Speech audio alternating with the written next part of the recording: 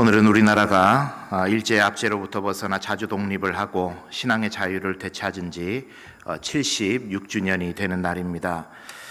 격변의 시기에 임마누엘로 함께 해주셨고 오늘 우리의 모습이 있기까지 에베네셀로 이 자리까지 인도해 주신 하나님의 은혜에 감사드립니다. 이 광복절 76주년을 맞이하시면서 하나님의 놀라우신 섭리와 그 은혜에 감사하며 이 날을 지나시는 우리 성도님들 되시기를 바랍니다. 우리가 아는 것처럼 우리나라의 광복에는 기독교의 영향이 매우 컸습니다. 독립운동가들 중에 다수가 기독교인들이었고 3.1운동과 같은 해방운동은 교회가 갖는 조직망 덕분에 연락과 비밀보장, 거사를 치를 수 있었다고 합니다. 또 독립운동 수감자들 중에 기독교인들이 아주 많은 것으로 그렇게 집계가 되어 있습니다. 그런 기독교의 역사 이면에 그렇다고 이러한 역사가 우리 한국 그리스도인들의 자랑이다라고 말하기에는 지금 우리의 삶이 너무 부끄러운 것은 아닌가 그런 생각을 해봅니다. 우리 믿음의 선배들의 나라 사랑과 희생적인 헌신, 살신 성인의 그런 헝그리 정신이 그런 마음이 지금 우리들에게도 있을까? 이것을 한번 되물어 본다면 너무 풍족함에 젖어서 헝그리 정신을 잊어가고 있는 우리들의 지금의 모습은 아닌지 한번 돌아봅니다. 성경의 역사와 그리고 한국 기독교의 역사를 통틀어 봐도 그리스도인들이 한 시대를 살리고 개혁하는 일에는 그 시대를 바라보면서 이러한 질문을 그리스도인들이 가지고 있었기 때문입니다. 어떻게 살아야 할까? 어려운 시대 가운데 어떻게 살아가는 것이 그리스도인의 삶일까? 나라가 외세에게 굴복하여 식민을 살 때 어떻게 사는 것이 그리스도인의 삶일까? 경제가 계속해서 부익부 빈익빈 현상이 심화되어 갈 때 이 사회 가운데서 어떻게 살아가는 것이 그리스도인의 삶일까? IT의 발전으로 인하여서 급변하는 시대 가운데 어떻게 살아가는 것이 그리스도인의 삶일까? 코로나라고 하는 전대미문에 인류가 경험해보지 못했던 질병의 시대를 살아가는 중에 어떻게 살아가는 것이 그리스도인의 삶일까? 어떻게 살아가야 할까? 이 질문을 가지고 하나님 앞에 살아갔던 그리스도인들을 통해 시대를 하나님은 변화시키셨고 그러한 그리스도인들을 하나님께서는 꾸준하게 사용하셨음을 역사를 통해 우리는 알게 됩니다. 오늘 광복절 76주년을 맞이하면서 우리 스스로에게 그리고 우리 교회에 에베소서의 말씀을 통해서 이런 질문을 함께 던져봤으면 좋겠습니다. 어떻게 살아가야 할까?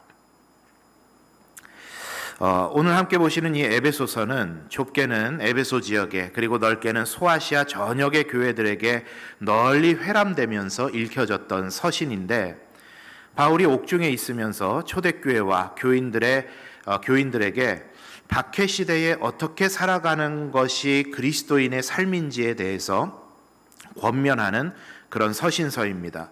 즉 그 시대의 그리스도인들이 어떻게 살아갈지를 고민하게 했던 책이 이 에베소서의 말씀인데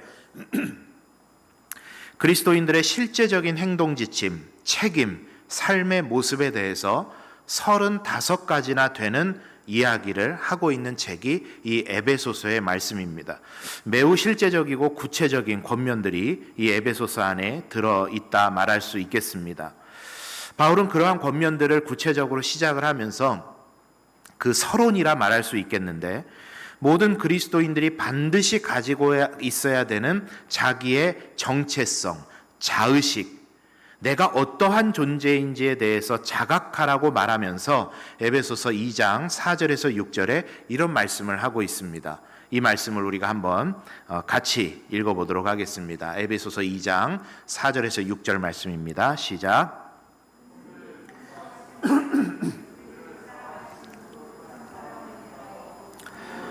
우리를 그리스도와 함께 살리셨고 너희는 은혜로 구원을 받은 것이라. 또 함께 일으키사 그리스도 예수 안에서 함께 하늘에 앉히시니. 자, 마지막 절에 보니까 이런 말을 합니다. 또 함께 일으키사 그리스도 예수 안에서 함께 하늘에 앉히시니. 마지막 구절을 보니까 말하는 거예요. 저와 여러분이 구원받은 하나님의 자녀로서 예수 그리스도와 함께 어디에 앉은 존재라고 이야기를 하죠? 하늘에 앉은 존재다. 이렇게 말을 합니다. 하늘에 앉은 존재. 이것을 빌립보서에서는 바울이 조금 더 알아듣기 쉽게 이런 표현을 했습니다. 우리의 시민권은 어디에 있는지라? 어디에 있는지라? 하늘에 있는지라. 우리의 시민권은 하늘에 있는지라. 그리고 제가 이것을 어떤 책에서 봤는데 책 제목이 기억은 안 나더라고요. 그런데 이런 표현을 합니다. 상념으로 살아가는 사람들이다. 이렇게 말을 했어요. 상념. 우리가 일반적으로 말하는 생각에 잠긴다 할 때 그 상념, 생각상, 생각념자를 써서 상념이 아니라 상념, 윗상자, 생각념자를 써서 저 위의 생각으로 사는 사람들, 하늘의 생각으로 사는 사람들, 하나님의 생각으로 사는 사람들이 누구다? 저와 여러분이다. 이야기를 한 거예요. 정리가 되시죠? 오늘 에베소서의 말씀대로 하니까 우리는 어떤 존재다? 하나님 보좌에 예수 그리스도와 함께 하늘에 앉은 존재다. 빌립보서의 표현대로 하니까 하늘 시민권을 가진 존재다. 그것을 이제 우리의 일상적인 언어로 표현을 해보니까 하늘의 생각으로, 하나님의 생각으로 이 땅을 살아가는 존재다. 그러한 존재가 그리스도인이고 저와 여러분이라는 그런 통찰을 오늘 바울은 에베소서를 통해 주고 있는 것입니다. 우리가 하루의 시간들 속에서 무수히도 많은 생각과 길과 선택과 일들 속에서 살아갈 때에 하나님의 생각은 뭔가? 하나님께서 나를 어떻게 행동하기를 원하시고 어떻게 생각하기를 원하시고 어떻게 말하기를 원하시고 어떻게 선택하기를 원하실까를 우리의 삶의 자리에서 생각하고 바라보면서 살아가는 사람들이 저와 여러분이라는 그러한 이야기를 바울은 서두에서 이야기를 하고 있습니다. 우리 대한민국의 독립에 이러한 상념, 하늘의 생각이 담겨 있는 거 여러분 아십니까?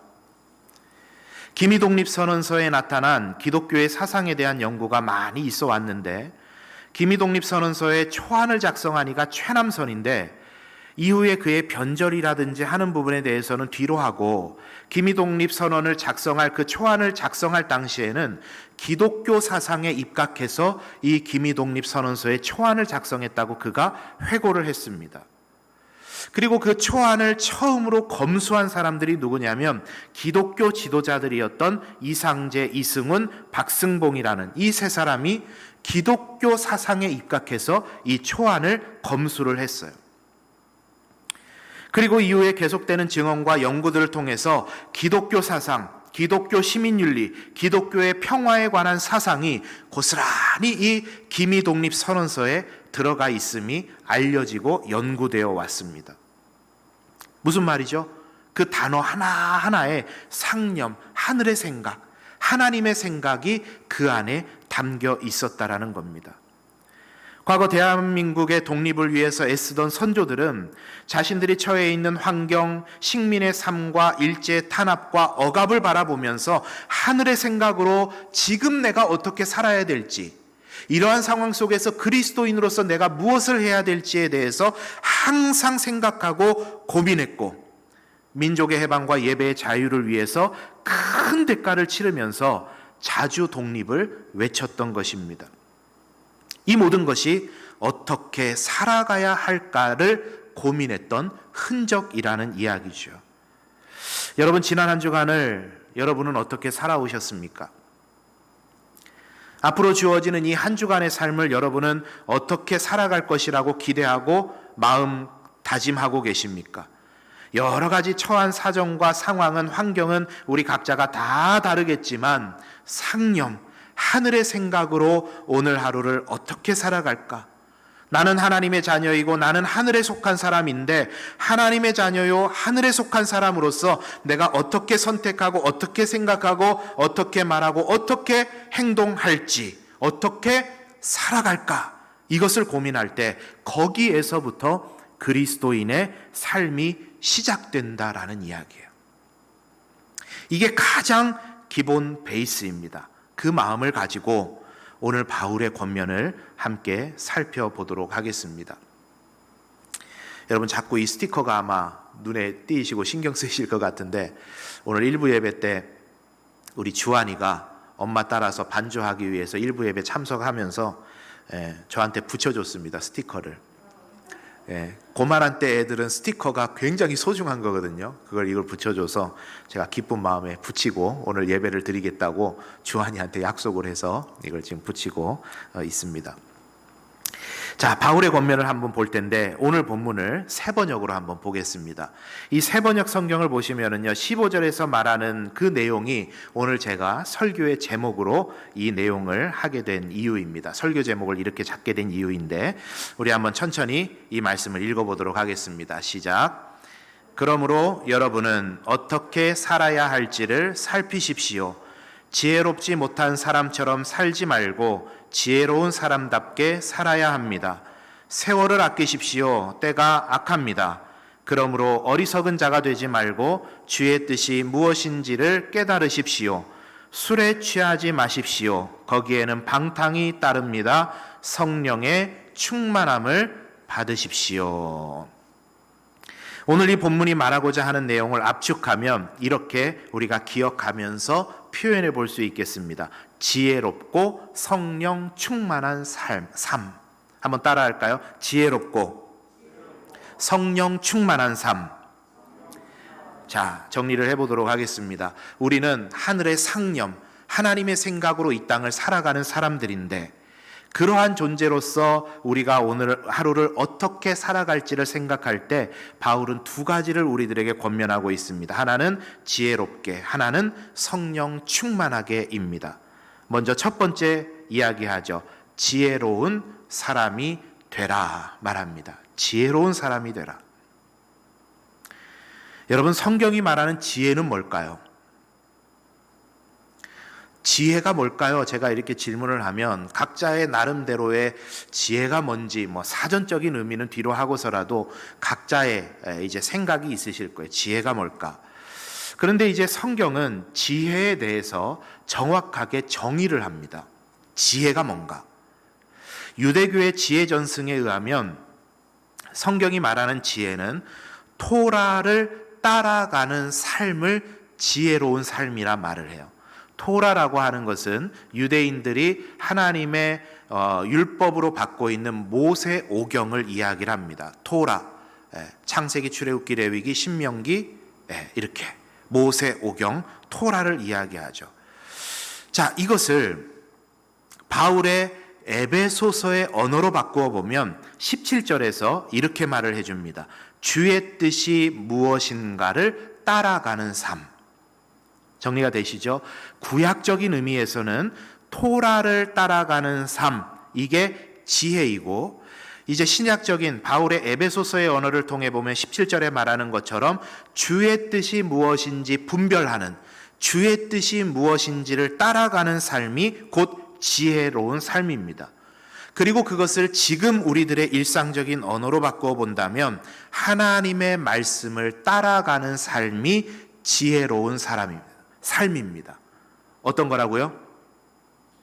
하나님의 무엇을? 말씀을 따라가는 삶. 이것이 지혜로운 사람의 삶입니다. 여러분 세상에는요 지혜가 참 많아요. 금방금방 변하는 지혜들이 참 많습니다. 따라가다 보면 낭패를 당하기 십상이에요. 이번 주간에 제가 새벽 기도회를 인도를 하면서 새벽 기도회 중에 나눴던 본문이 사무엘 상하의 말씀입니다. 말씀 톡톡을 같이 하셨던 분들은 아마 같이 그 내용을 잘 아실 겁니다.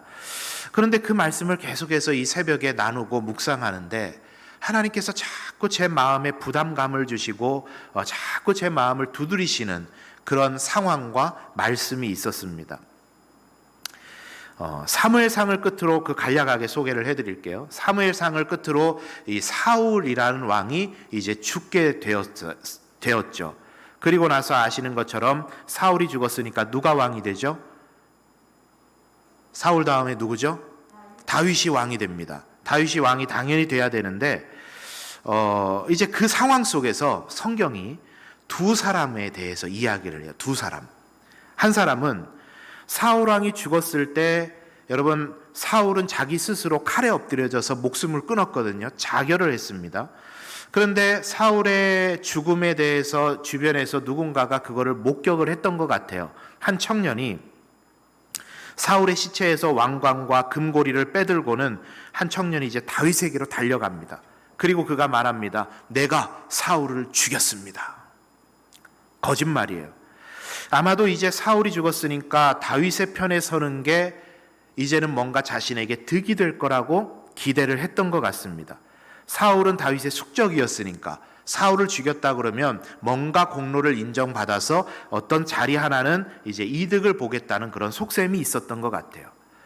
다윗에게 가서 말을 해요. 사울을 제가 이렇게 해서 죽였습니다. 제가 이걸 갖고 왔습니다. 이게 한 사람이에요.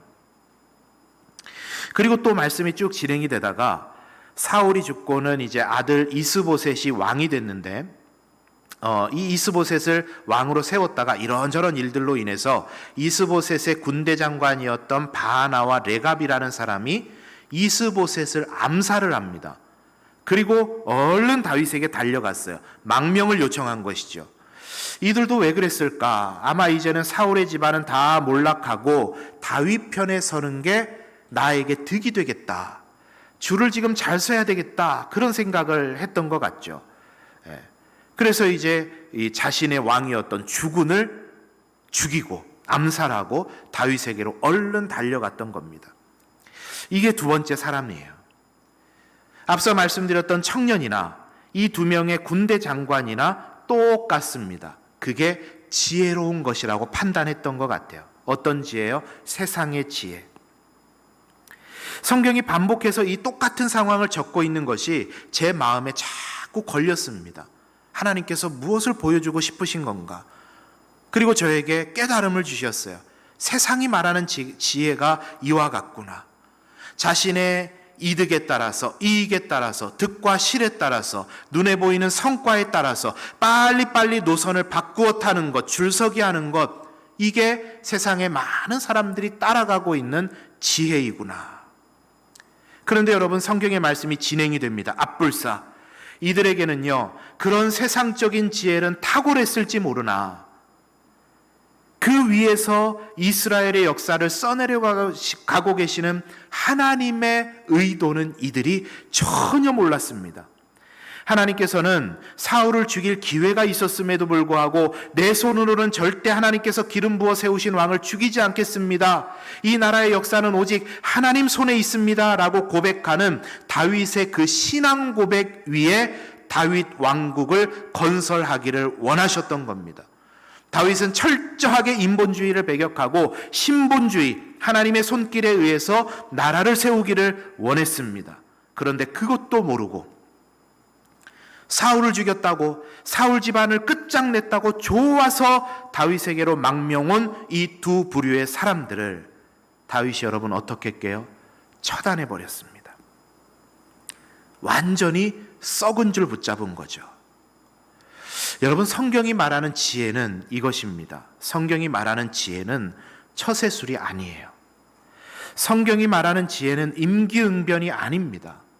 성경이 말하는 지혜는 대세를 따르는 것 아닙니다. 성경이 말하는 지혜는 하나님을 따르는 게 지혜라고 말하고 있는 것입니다. 그래서 하나님께서는 우리들에게 66권의 성경 말씀을 주셨습니다. 교훈하고 책망하고 바르게 하고 의로 교육하는 책, 하나님의 사람으로 온전하게 하여서 모든 선한 일을 행할 능력을 갖추도록 하는 책, 이 하나님의 말씀을 통해서 하나님은 우리를 인도해 가시고 그 말씀을 따라 살아가는 삶이 지혜로운 삶이라고 말씀하고 있는 것입니다. 즉 상념, 하늘의 생각으로 살아가는 사람은 첫째, 하나님의 말씀을 따라가는 사람이다. 이것을 말하는 것이죠. 여러분, 우리는 고민해야 됩니다. 어떻게 살아갈까? 이 코로나 시대, 경제가 어려운 시대, 정치가 어지러운 시대, 자영업이 힘든 시대, 직장 잡기 어려운 시대, 급변하는 이 시대, 이 시대를 어떻게 살아갈까?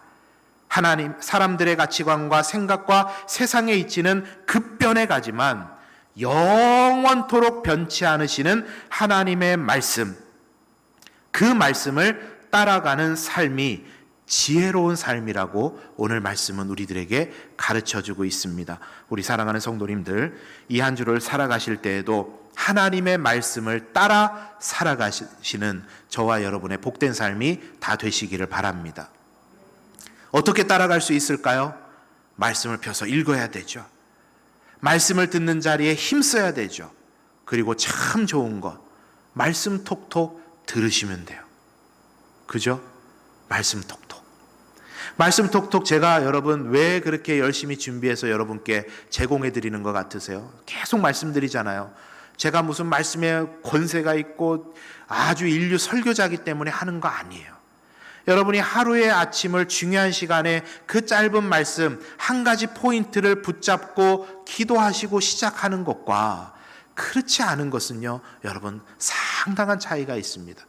여러분 꼭 말씀을 따라서 하루를 살아가심을 통해서 하나님 앞에서 지혜 있는 자다, 그렇게 인정받으며 살아가시는 우리 성도님들 다 되시기를 바랍니다. 안 하실 거예요? 두 번째 이렇게 말합니다. 성령 충만한 사람이 되라. 따라할까요? 성령 충만한 사람이 되라.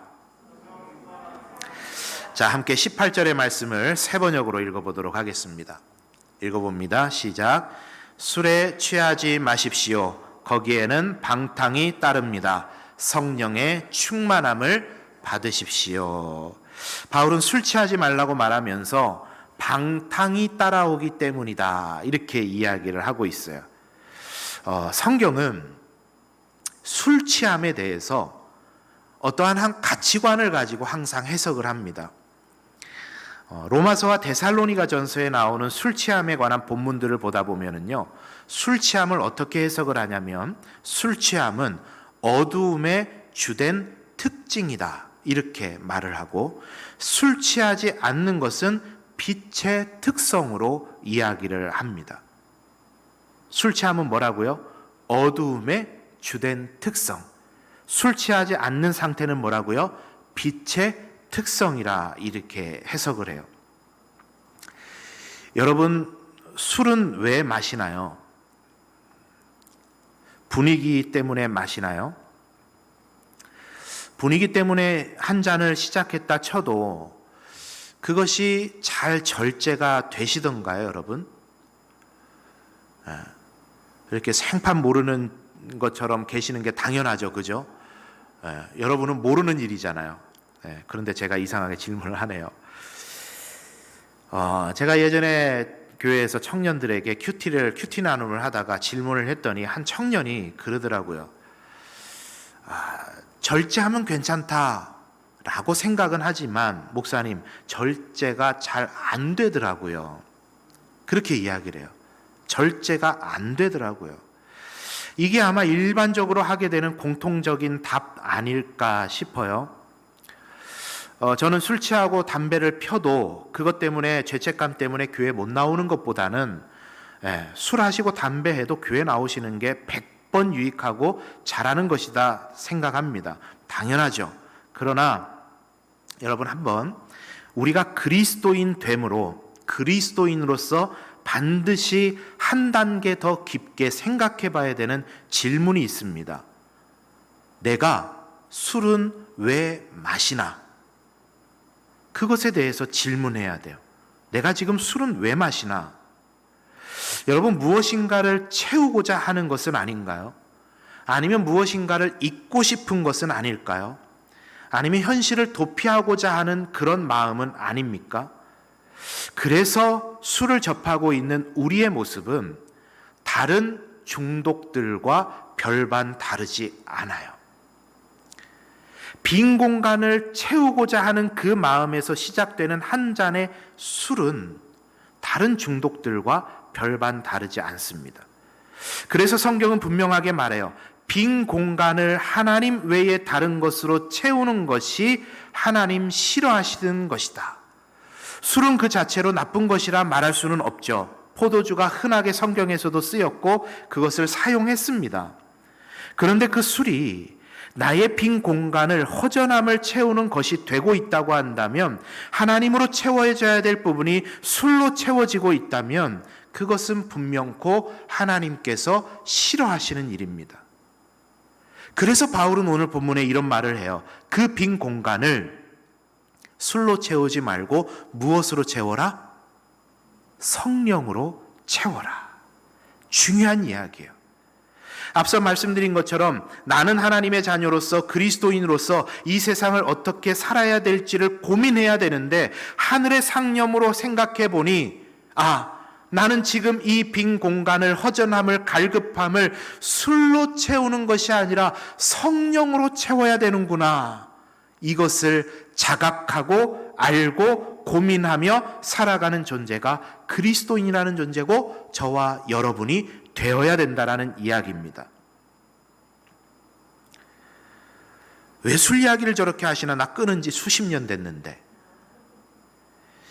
바울은 그 당시의 시대상과 초대교회 안에서의 이슈들로 인해서 성만찬 속에서 행해졌던 어떤 주인 되었던 사람들의 사회 기득권층들의 술 취함 때문에, 그 이슈들 때문에 지금 술 취함이라는 한 가지 그 내용을 가지고 이야기하고 있지만, 현 시대에는요, 우리의 삶을 돌아보면서 들여다봐야 될 중독들이 훨씬 더 많이 있습니다. 그것을 봐야 돼요.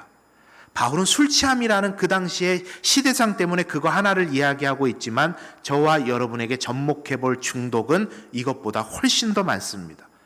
돈 중독, 일 중독, 부동산 중독, 주식 중독, 성 중독, 술 중독, 약 중독, 명품 중독, 외모 중독, 스펙 중독, SNS 중독, 유튜브 중독.